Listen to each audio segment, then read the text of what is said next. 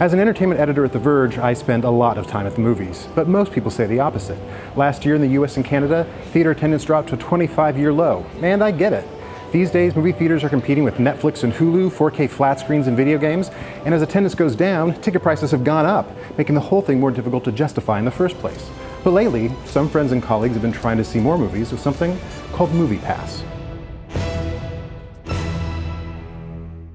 If you somehow haven't heard of it, the pitch for MoviePass was simple. Spend $10 a month and you can see up to one movie a day. For a lot of people that seemed too good to be true, and by June of 2018, over 3 million people had signed up for the service. It seems like everybody should win, but in reality, everybody's losing. MoviePass, its customers, and theaters. But by popularizing subscription services, MoviePass may have shown theaters the way to control their own destiny.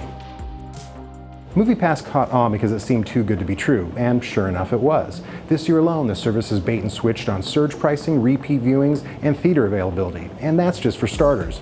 In the meantime, theaters are frustrated because a service like MoviePass prevents them from competing on things like premium screens and better seating.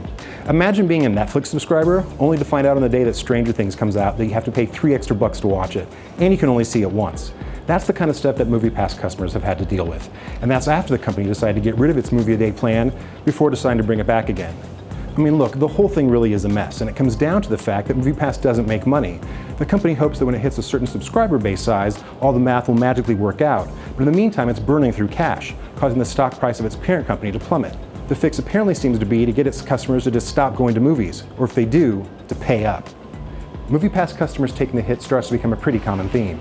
What happens when they couldn't get AMC theaters to the negotiating table? Suddenly its subscribers couldn't access 10 of AMC's busiest locations.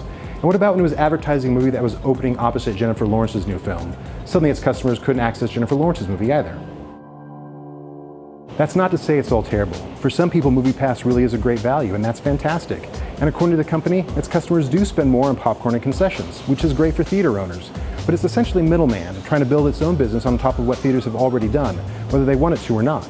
Doug White, executive director of the Hollywood Theater in Portland, Oregon, had some particularly frank thoughts on the subject. They suddenly inserted themselves into our business model, sold them the same tickets at cheaper. MoviePass says, we basically stole your customers, and now to get them back, we want to cut. It's just a weird business model and not something that we're finding terribly friendly.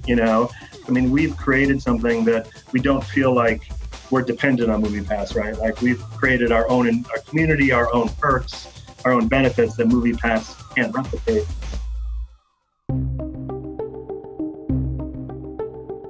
See, the problem with something like MoviePass is that it prevents theater chains from competing for your business. Major chains usually show all the same movies, so they compete on things like location, pricing, and quality of presentation. Laser projection, HDR, sophisticated surround sound, 70mm, these are all ways that theaters can compete for your business and lure you away from your 4K living room TV. But MoviePass ignores that premium experience and the sizable investment theaters made to get it by offering just the entry-level 2D experience. It dumps theaters down, turning a night at the movies into a commodity experience where the only thing worrying about is the price.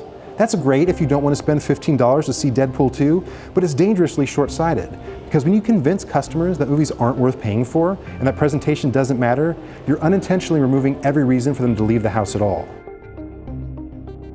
There's no denying that MoviePass has changed the dynamics, so the question becomes, how do theater chains react? AMC, which has had no qualms about talking smack about MoviePass in the past, recently launched its own subscription service called A-List.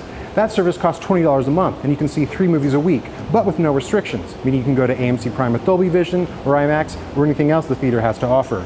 Given that's the biggest chain in the world, for a lot of people that's going to be pretty compelling. We're used to thinking that disruption is the answer to everything, and that cheaper automatically equals better, but that's not always the case. Going to the movies is an experience, and the more that theaters can control their own destiny and react to the wants and needs of their customers, the better kinds of experiences they'll be able to provide. Now, what they can control is the quality and variety of the movies arriving in their theaters, but that's going to be an entirely different video. Mamma mia, guys, huh? Oh no, here's what we're doing.